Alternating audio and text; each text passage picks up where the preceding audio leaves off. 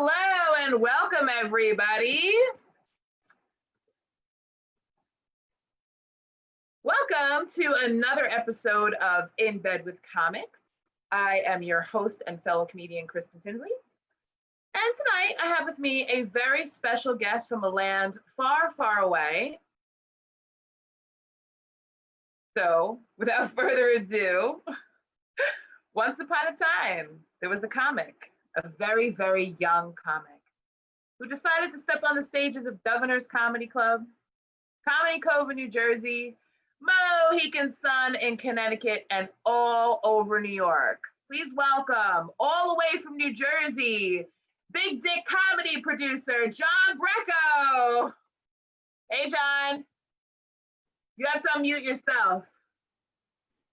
There you go. What's up? What's up? How are we? Was that introduction your big surprise or whatever? Oh, no, it's not. I actually have a very special guest that's going to be coming on later to say hello to you.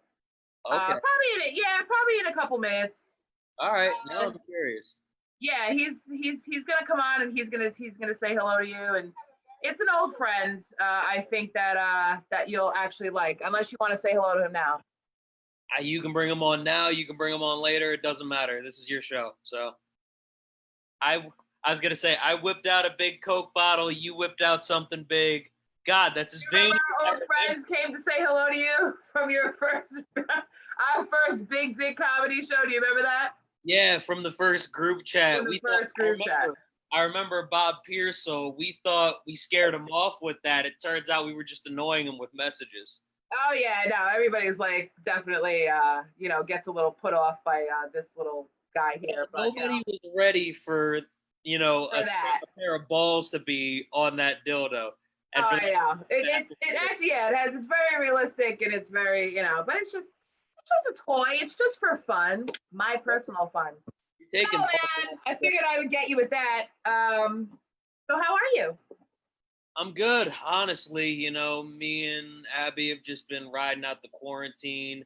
I forgot that had balls on it. I don't know if you heard me. I tried to say you're taking ball slapping sex to a new level. Oh, absolutely. That definitely heightens things. I mean, it's totally unrealistic from what a real man would be, but it definitely takes things to another level. Definitely. But, we've just been trying to keep busy with work and shows, trying to stay creative, trying to take advantage of this in any way we really can. I've been writing a lot. Coronavirus has been a gold mine. So I honestly didn't realize how much material I was going to get from the apocalypse. So if zombies ever start coming out, I'm putting out a special right then and there. Yeah, definitely. Now, let me ask you, I don't get a lot of producers. I actually think that you're my second producer besides Nigel that I had on my show. And of course, there's other, aspiring producers and stuff, but I know that you're very consistent, at least right now, with producing shows. What is your opinion about, like, the disdain for doing online comedy shows? Because I know you've done a couple of them. Of which I was on one of them. So what do you think is the hesitation with comics not really wanting to do it? I think, it's the fact that the people aren't there in front of them and that anybody with background noise is going to be muted. Some shows, they're going to mute everybody. So right. I think the feeling isn't the same for a lot of people, and it's not. This doesn't compare to being on the stage at a comedy club. I'd rather be there too. Of course. In the same breath, this is better than nothing. We had to go to something that, we were able to still be creative with and we could still connect with people. And there's silver linings to it. Honestly, if you think about it, we've been able to connect with people all over the country and world, which we're not going to be able to do at every live show. So, I mean, there's things that, that we can take and be positive from it. And I think that anybody who's having hesitation to do online shows should really think about that, before they decide that it's not. I think they should at least give it a try. That's what I had said to you when we had talked about the Coaster show. I was like, for people who can't bring people, originally that was the idea, was to do like just host the show live. You're in the club anyway. Yeah. But then it was, oh, let's just get the, people to sign up. I mean, because we get a lot of people on Facebook that connect to all kinds of people. Yeah. And just to sell more tickets that way. And then who knew that it was going to actually turn into something where we would be the ones that were at home. So I think going forward, I think that it's still a great idea to still bring in audiences through, through going live through a group or Instagram or something like that, because you really, especially now that we've been home, I mean, I've been really trying to find like more followers and trying to find more people out there, just to be able to connect to people. And if you were to go live and do it, people are going to watch it. And you just don't know, especially now, like who's really going to be watching, because the entertainment industry is not really going to be up and running for a little bit. There's a lot of productions that are just getting done through Zoom from people's houses. We don't know when it's going to, because they're not going to be able to have a live studio audience in shows like Ellen or the Today Show or the other shows that are out there. So, and if they do, it's going to be, a limited capacity. The club that, can hold 200-300 people, you're going to maybe have a quarter of that if you're lucky. Right. So, you don't know who's going to come. But not only that, people are still going to be a little bit afraid for the time being to even go out. I mean, I know that I've had a couple of comics tell me, I'm not going back to, hi, everybody that's watching. Hello. I had said, to a couple comics, said that they didn't really feel comfortable going into the clubs. And then I can imagine, when you think of the age group of people that come to see us, most of them are either older or they have children. They might not feel comfortable even coming into the club. So I feel like we kind of have to really get a handle on this. But I thought that the show I did on Saturday went pretty well with just the laughter that we had. Oh, great. Well, I mean, I definitely had help from some really good comics. Everybody was really good. So I'm a little bit biased to this one over here, especially because that was her third show. I thought she did a really good job. Abby did great for that and everything.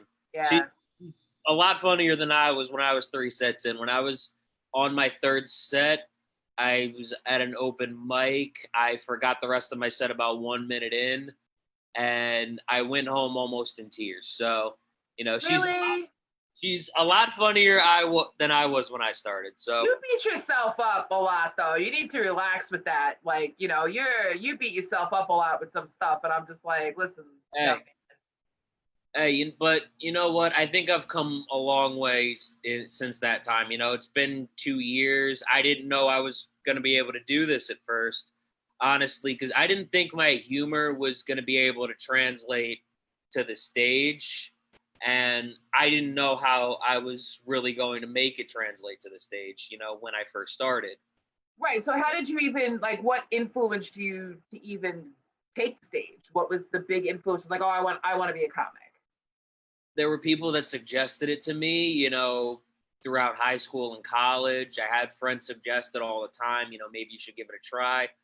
And I didn't think it was going to work, but I had one person that kept asking me to do it. And eventually I noticed, as we got to know each other, as we got closer as friends, that she had a notebook full of stories that she wrote. Mm-hmm. And I told her, I'm like, if you start writing again, because I noticed this was all stuff she wrote years ago. If you start writing again, then I'll give it a shot. I'll see what I can do. And, she started sending me stuff she was writing, and my initial reaction was like, fuck, now I have to do this. Oh, see, you dug yourself a hole. Oh. Yeah, I did. Because I didn't know if she was going to do it at first, but she started to, and I started getting in touch with, people I knew, and a fellow, radio host at Hamilton Radio got me in touch with a guy named Kurt Zimmerman. And he said, I need somebody who can do 10 minutes. Can you do that? And I didn't realize how long 10 minutes was at that time. 10 minutes is longer in comedy life than it is in real life.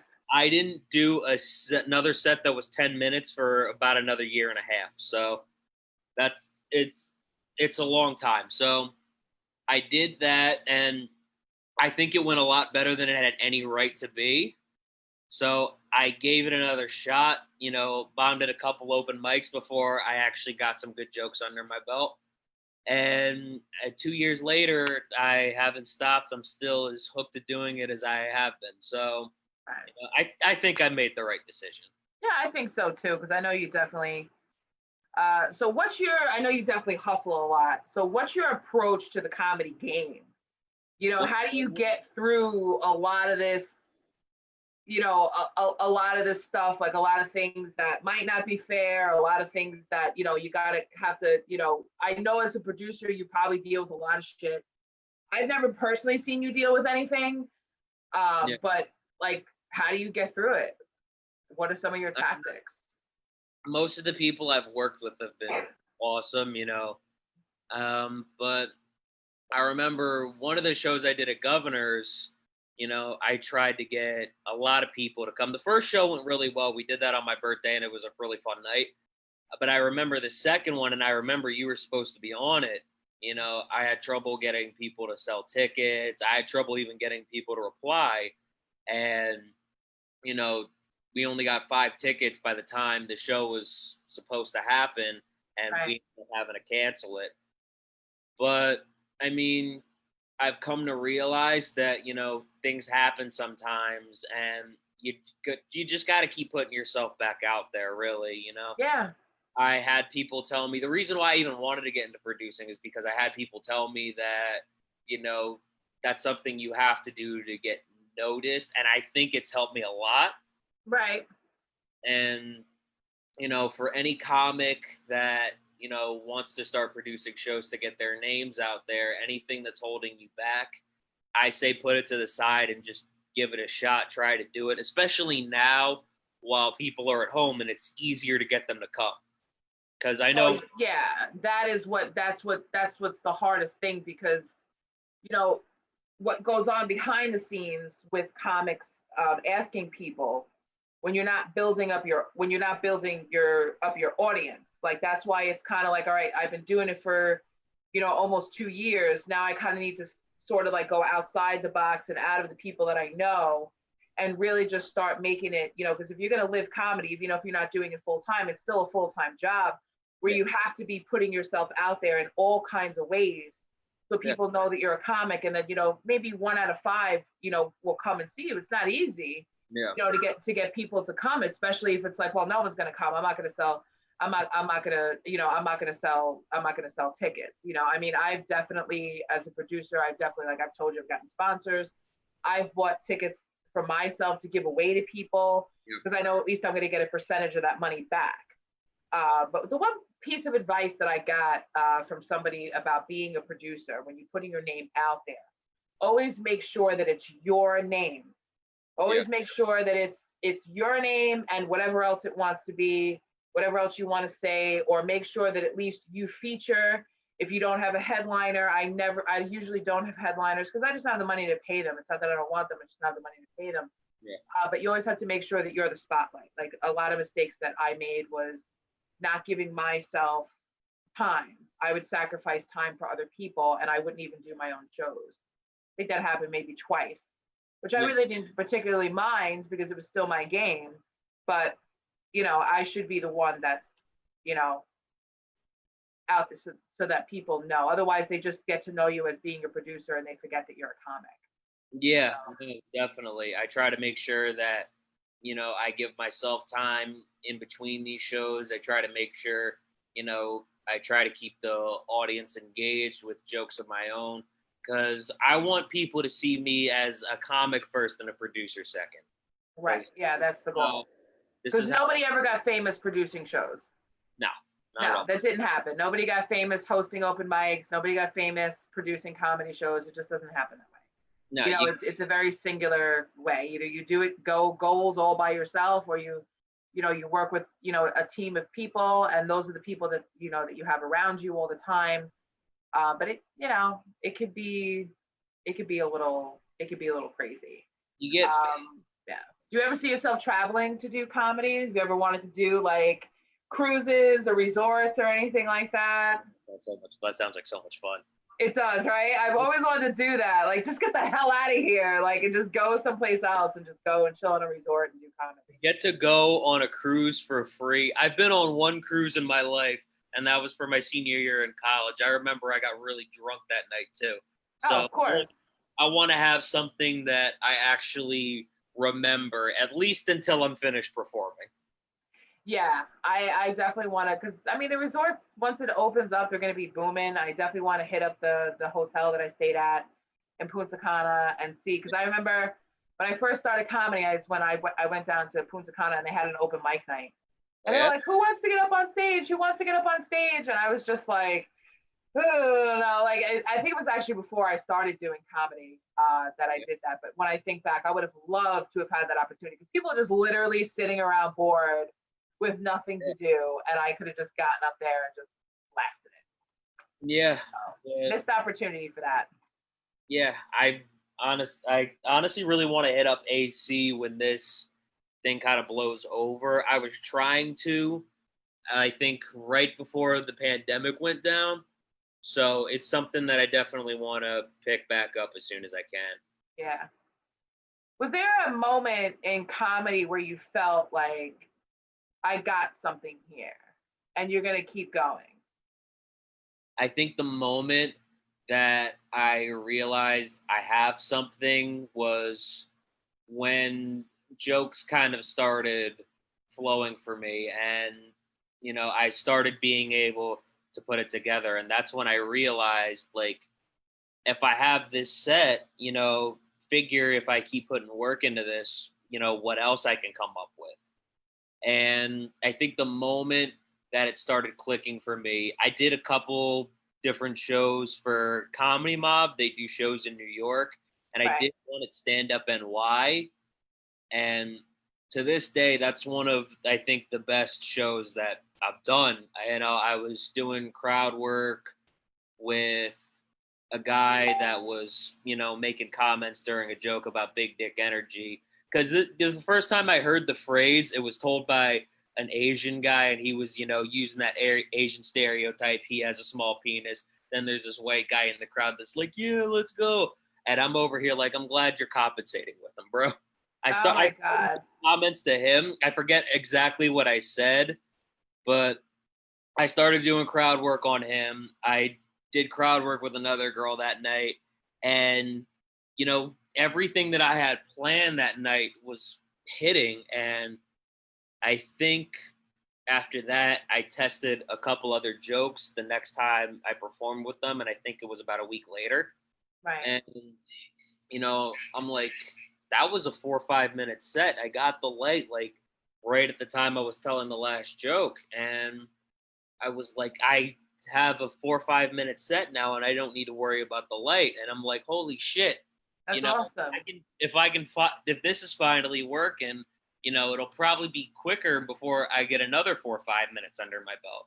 So, I kept writing, and, after a while, now I can do 20, 30-minute performances. So, it takes time, but I think everybody who sticks with it comes to like realize that at some point, they're going to have, a way to finally put stuff together, and, the pieces come forward eventually. You just got to have faith, and you got to be able to find it. Yeah. So what's, I make fun of you because I can do that. What's with the hair? Like, what is that? Is that like, you're doing it right now? Is that like a nervous, like, do you do that? Because I noticed you do that like through your set also. Oh, okay. Yeah. I guess it is. I end up fixing it a lot. I don't know why. It was a habit I picked up when I was little. And, okay. My hair's always been a little bit longer. So, I've had that habit since I was a little kid, and I just never, kicked it. So that's really all that is. Yeah, but I have noticed it when I've gone back to watch. You're not the first person to say it. The first person to say it was my mom, and that was, I think, who I got it from. So. Yeah, it's mess me hair. That's so funny. So like, what is it in your life that keeps you disciplined to stay on top of your comedy? Like, what, not just comedy itself, but like who are you and what motivates you to keep you doing that? Like, is it your job? Is it your, just that, where's that will and determination? Like, I just got to keep going. Uh, Where's that come from? I think with the job, it's so I can finally quit at some point, but I think in my life, there was, I did about 5 or 6 sets when I first started out in like the span of like the first 4 months. Right. And I stopped for a few, and I don't really know why I did, but I remember the place I was doing most of my sets out of actually closed down. So Okay. I guess it was a thing of I wasn't really sure who to reach out to and who to ask what of. Hmm. So eventually, Doug Max came to me, who put me in touch with Evan Weiss to do a show at Greenwich Village Comedy Club. That was the first New York show I ever did. I met Sharon there. I met Manny there. That's where you meet all the great people at Evan White shows. Well, I've done a bunch of them, Yeah. and Yeah. he really helped me out a lot. So Yeah. I have a lot to thank for him for because he does a lot of bringer shows, and he's let me get away with a lot. So Yeah. I have him to thank for a lot of the people I've met, and I'm glad I've gotten the opportunities I've gotten. Even if I have to try to sell a few tickets to do it, because no matter what, you have a chance to connect with people. So no So show. that's your motivation is your job. Like, I don't want to do this forever. Yeah, I don't want to do that forever. And I think, 4 or 5 months in, when I finally did a show again, I was kind of just like, because it was me and Abby were maybe 2 months into dating then. I was like, I want her to see me do comedy. And, I don't think the show went very well that night, but I think I got a little bit better. And now she thinks I'm funny. She's shaking her head saying no.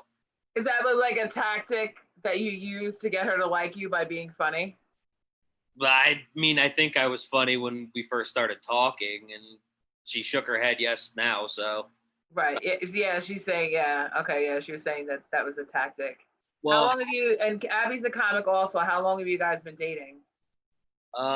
year and a half, Yeah. a little over a Guys, year. the two of you grow together as comics. Do you see any sort of, I mean, I know I asked Abby this question, but I'm going to ask you it.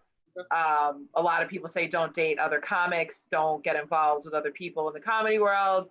Please shed some light on that bullshit lie. If you're doing what you're supposed to in comedy, what are you so jealous for of anybody? I wish I could high five you right now. I'm Yeah, sorry. Yeah, that's the golden answer. If you're doing what you're supposed to be doing, then there's no reason for anyone to be jealous. you're yeah, Right, you're gonna think of good ideas eventually. You just have to keep to it. right. Producing it's kind of the same thing, and there's no reason to be jealous if somebody's funnier than you. I remember, the first couple of times we went out with other comics, in New York, because when we first started going up there, we would do the show and we would end up going home. But eventually, we went out to eat. We had a little friend group that we would always go out to eat with, Miller, Yeah. Mark, Josh, those guys. And, she cracks jokes with all of us. And I remember Mark asked me one day, like, if she went up on stage, she was funnier than you, would you be mad? I was like, no, I'm funny. Why would I have to be mad at her? Right, and it's not up to you. I mean, it's definitely up to. I mean, you can't get. I don't think that comics can compare each other because everybody has such a different style. I mean, everybody. I mean, and maybe at some point in your career, you guys might do something together, like Claudia and John Bonavita.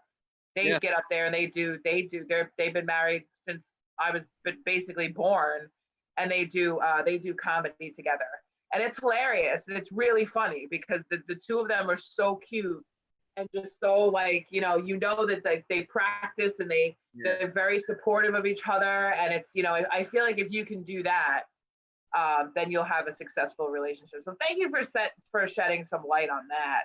I do wonder um, how we would do that, though. huh? It's crossed my mind before, but I don't know how we would put it together. Like, do you have any ideas? I'll help. You'll I will help? help. Of course I'll help. Come on, who are you talking to here?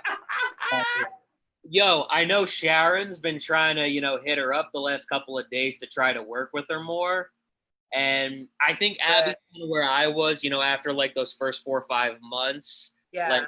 I don't really know where to go, and I don't know, what's going on, what to do, how to approach this. Right. Well, I can help you structure the show. I should hit up Sharon too and be like, hey, listen, because I never really worked like I know there was a bunch of free classes, but I never really like I worked with Claudia the other day when she was trying to have like a female comedy group, and I was the only one that like signed on, just to try to like bounce ideas off of like I usually, sometimes I'll tell my jokes to Teresa Farrell, we'll talk, with each other, and we'll bounce jokes off of each other. What's this funny? I mean, we're always laughing whenever we're on the phone, so it doesn't matter. But I never really actually like had someone sit me down and be like, all right, here's what you should say. This is how you should, not how you should say it, but maybe it would be funnier if you said it this way. So I think everybody needs a little bit of help. You know, Yeah. everybody needs something. What I love too is that Abby's great with telling stories. She's, written a lot of stories too. Yeah. And I love it because she can really format something. And that's great too because it gives her like a starting point. Now she's got to take it to a point where she can condense it, Right. try to take all the, unnecessary BS out of there that, Right. you You know, learn to cut it down. Yeah. Yeah, because I like to tell stories too, and I'm used to it being very wordy. Because you're writing a sentence. It's yeah. somebody who's reading a sentence, and now it's like now I got to cut it down. Now I find myself when I'm writing something, I tend to cut it down. I'm like, oh, this is too short. I gotta, it's hard to switch back and forth between the writer and the comic, but I'm working it out. You bring out a whole new voice to it too. Like you'll start getting dramatic with like all your words. Like if I just started talking about this deck of cards, like you would get so dramatic just describing like all the details to these cards. Yeah, And then the pencil comes in the story, and then they just like got together and had a baby. I've always been like that. Yeah. It's You always like have I've always been that. voice when you do stand up. Huh? Your voice sounds completely different when you do stand up. I noticed that. I know it does. My voices are always different all the time. Like it just depends on, I've watched myself do it in video, and I'm like, oh my God, Kristen, like totally like.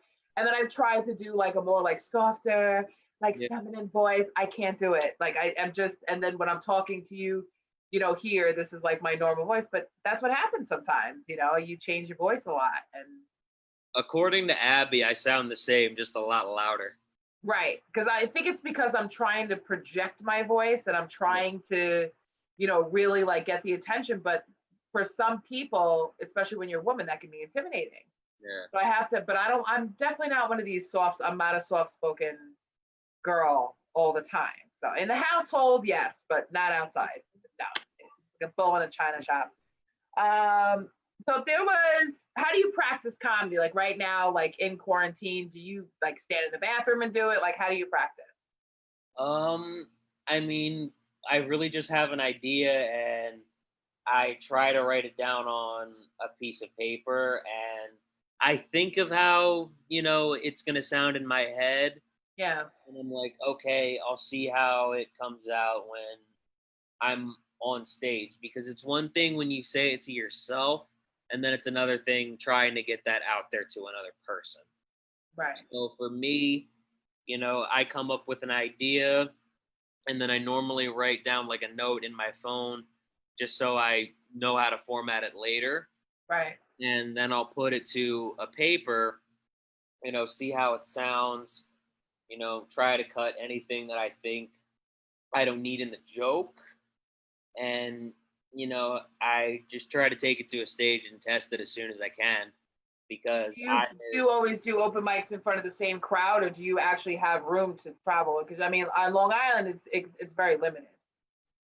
like, what do you mean? Do I have room to travel? Like, do you have like different like open mics that you can go to within the same town? Because Long Island is only like it's by day. Like this one's Tuesday, Wednesday, Thursday, or just Tuesdays. Um, well, a lot of the comedy that I've been exposed to in Jersey has been up north. I know there's a couple clubs down by the shore, but Mhm. everything, that does comedy is about a 45-minute to an hour drive.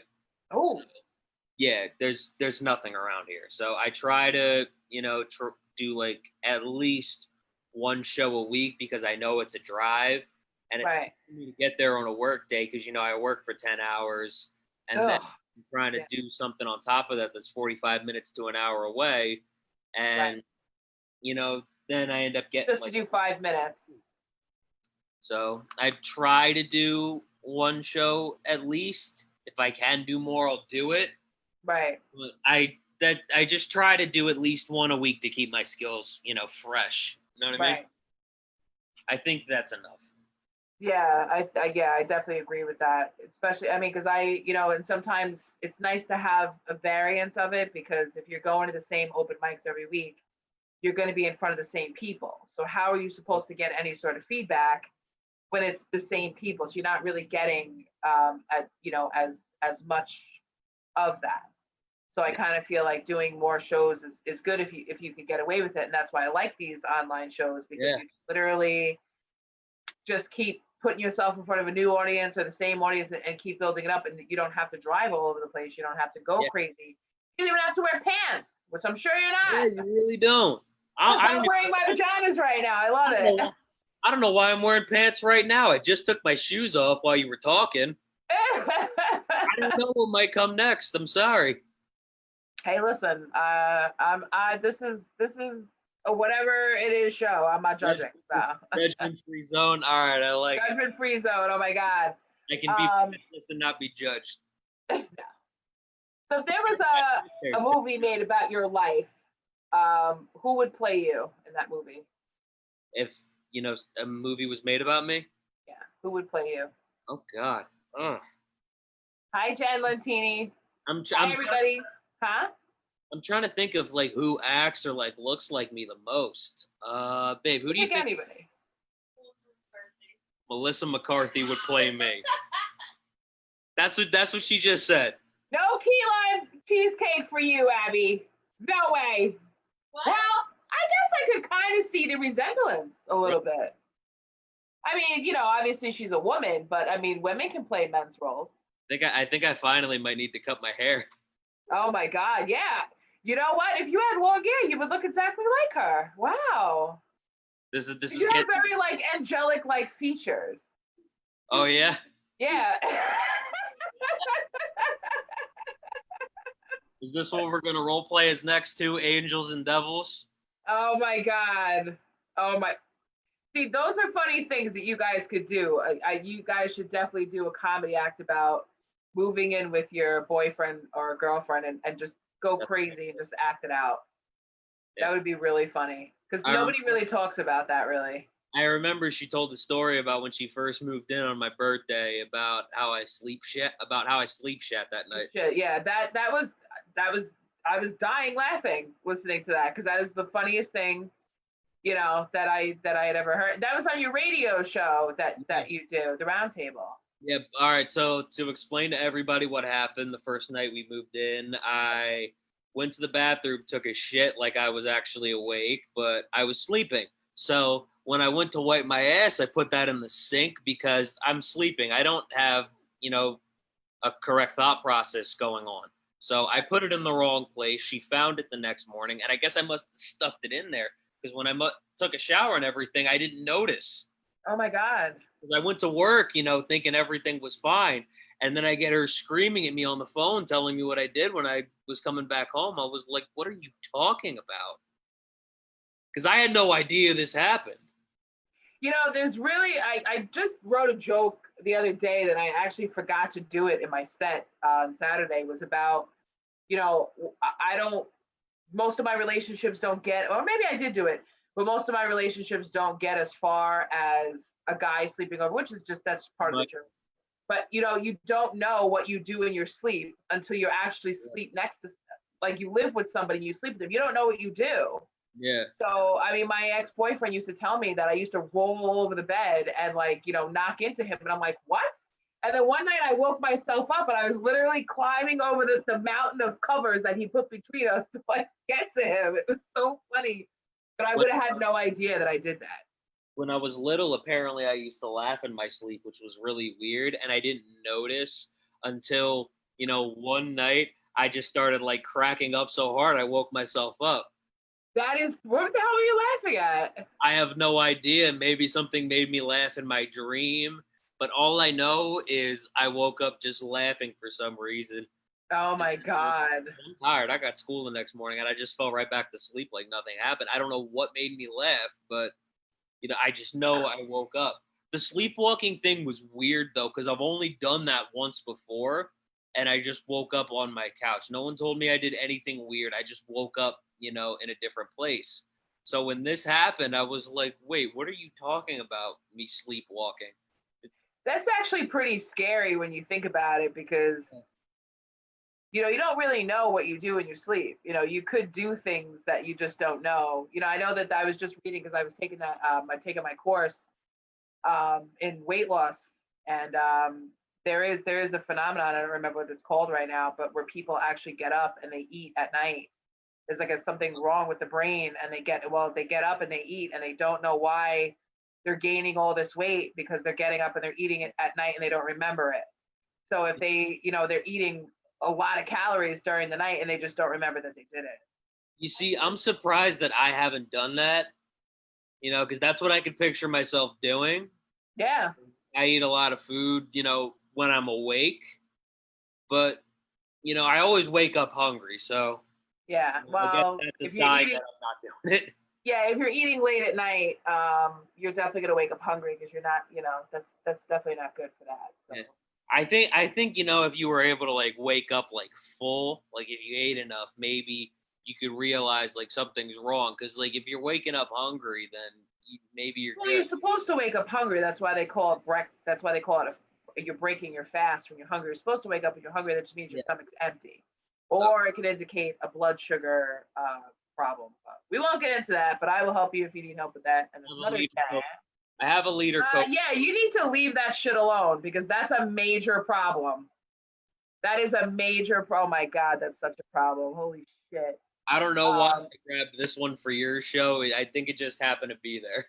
you were scared. You were like, oh shit, I need caffeine to get through this. So do you have any favorite comics? Famous, non-famous comics? The goat to me is Eddie Murphy. Yeah. Okay. I think of a lot of comics who are really, really good at one thing in particular. I think George Carlin was, better with wordplay than anybody. Yeah, definitely. George Carlin was amazing with that. Yeah.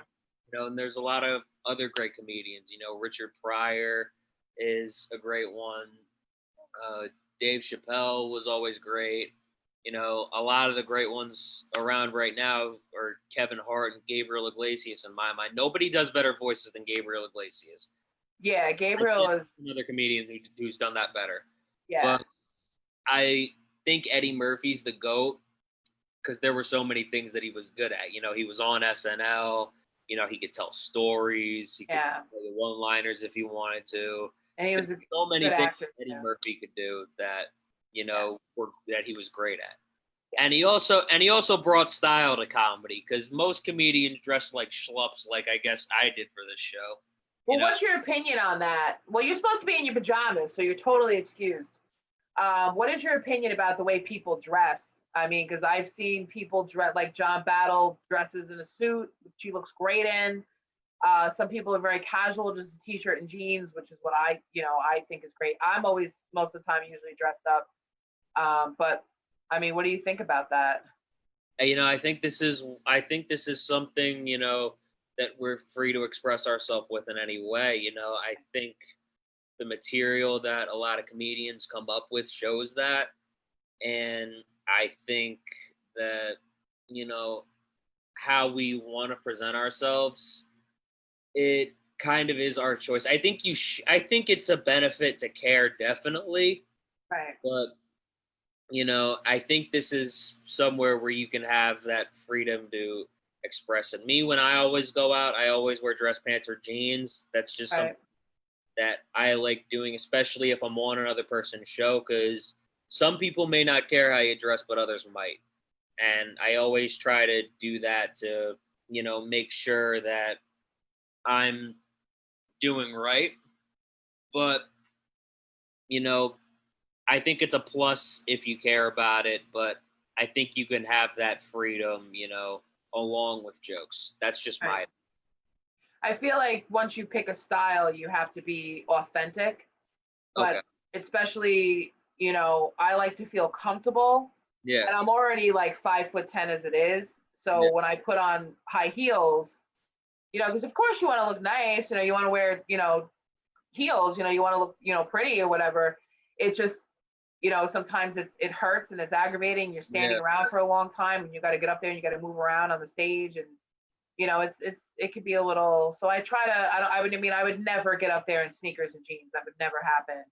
But Yeah. I just like to, keep it. Some people wear the same outfit every single time they get on stage. I mean, I've seen a couple female comics do that, and I'm like, okay. One thing I loved wearing on stage when, it was a lot colder, I had a leather jacket. What was that brand? Yeah. Members only. Yeah, it was a members only jacket. A lot of older people remember it. I remember I did a show where Joe Matarese headlined, and I did Yeah. another show with him a while back, and he recognized me by the jacket. So Yeah. it was a really nice looking jacket that apparently is a really old school jacket too. So Yeah. that was one thing that I really, really liked wearing. Just That's brave. it It's made me hot as feel hell good up there. and it looked nice. Yeah, it's hot on those stages. So, are you ready for the $1 million question? What is it? Abby I knows. think I know what it is. I think I know. Any comic, famous or non, male or female, would you take to bed?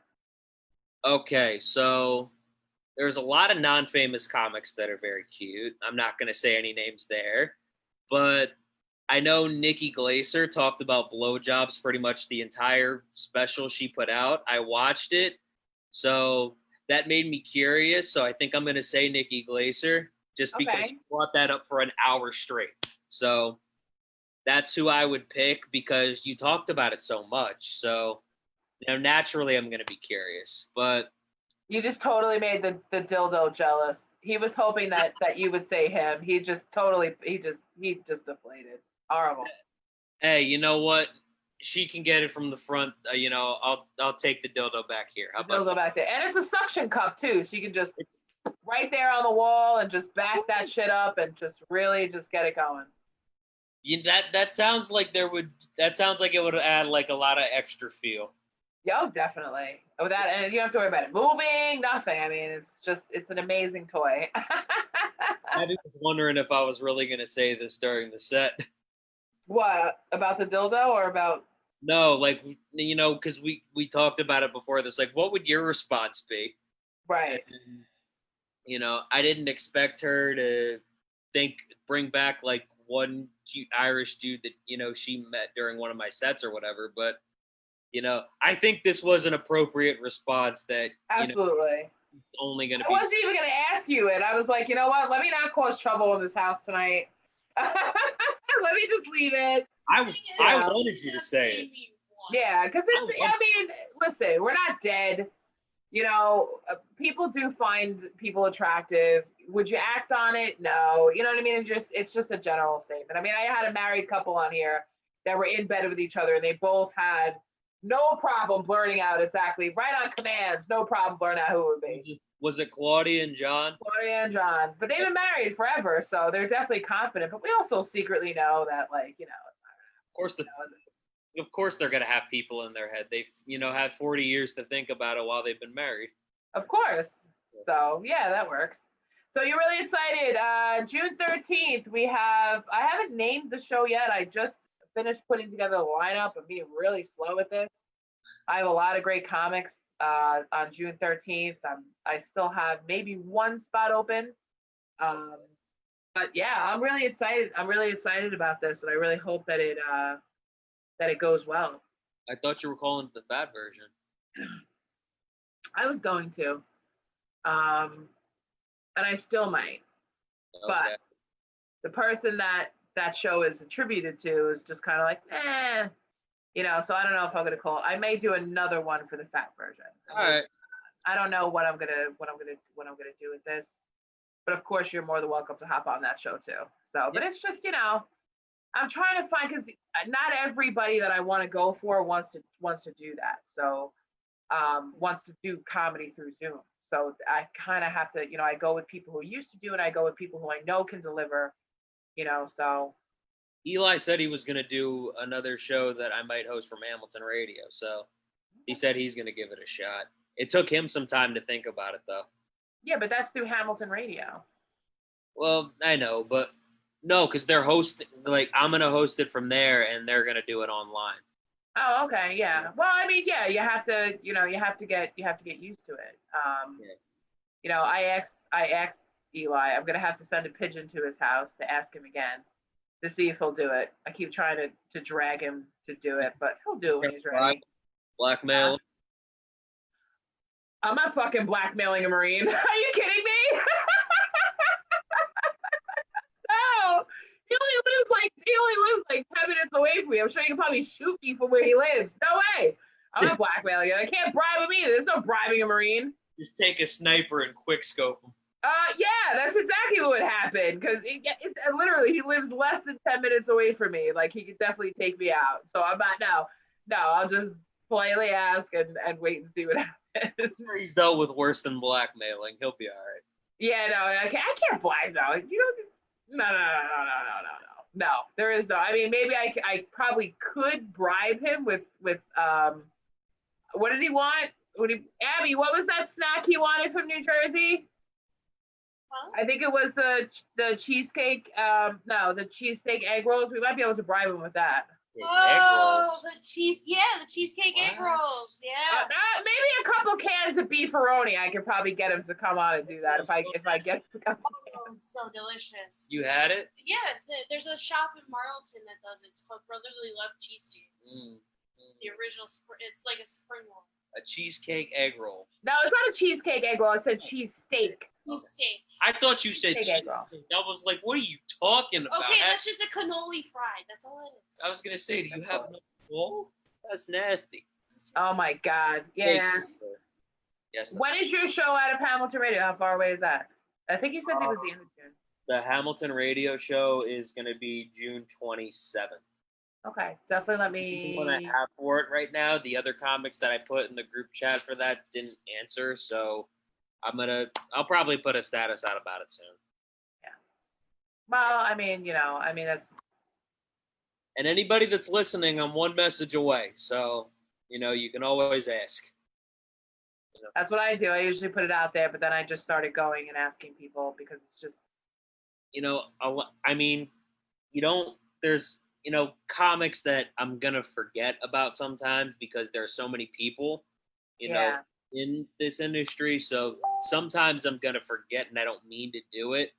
So, that's why I'm saying now, if you want to ask me, you're free to, I'm always here. It's easy to get in contact with me. So yeah, if they want to do it, I feel like people are iffy and they want to watch first, so let them watch the June 13th show, and I'll be watching June 27th, so it'll be cool. And here's the thing too, a lot of people, aren't gonna reach out if you don't ask first. So you gotta at least try to ask to see what you can do. Right. And the worst anybody can say is no. They can't. Right. That's why I just reached out, and everybody that I reached out to, mostly had said yes. And I'm sure there'll be more shows, so it's not a big deal. We'll see. Yeah, so. All right, well, it has been great talking to you. I need to go and get ready for another show that I will be on soon. Where's this other person? Too? Huh? Where's this other person? What other person? Yeah, there was going to be another person on air that wanted to say hi. Oh, that was the dildo? That was the dildo! Wow. I forgot. You wanted to see him again. I just wanted to take another look. I've grown very attached. You wanted to take another look. There it is. There it is. It even matches my wall. Oh my God! Look at that. Holy shit! It blends right in. It does. It's just like I can't even see it. Oh, sticking to the wall. Babe, it sticks to the wall. Yeah, it has a suction cup so that you can hold it in place. Okay. You can take it with you in the shower. You could stick it to a chair, to a wall, to someone's forehead if you really wanted to, like, the world would be so much more of a better place if you could just walk around and just be like, stick it to someone's forehead. You could just attach it and then just call him a dickhead. Yes, there was a motorcycle video where a guy drove past the guy's motorcycle and he had a helmet on. He just pulled up next to him and they slowed it down in slow motion and he just stuck the dildo on the guy. I'm almost thinking I should get like a mascot for Big Dick Comedy. Either get like a big dick costume or just put that on somebody's head and just be like, you're the biggest dickhead on this show. Oh my God, you might get in trouble because they'd be like, what'd you do with this first? But Yeah, whatever. All right, my man, I will talk to you later. Bye, Abby. Thank you for having me on. Appreciate You're it. welcome. You're welcome. You're welcome. For everybody else out there that's watching, thank you so much for watching In Bed with Comics. I don't know who's going to be on Tuesday, but I'm sure we'll find someone to come on here. See, if you want to start, reach out, touch your sister. All right, everybody, have a good night. Thank you so much for coming on, John Brecko. I really appreciated it. Thank you for watching In Bed with Comics. Good night. Peace.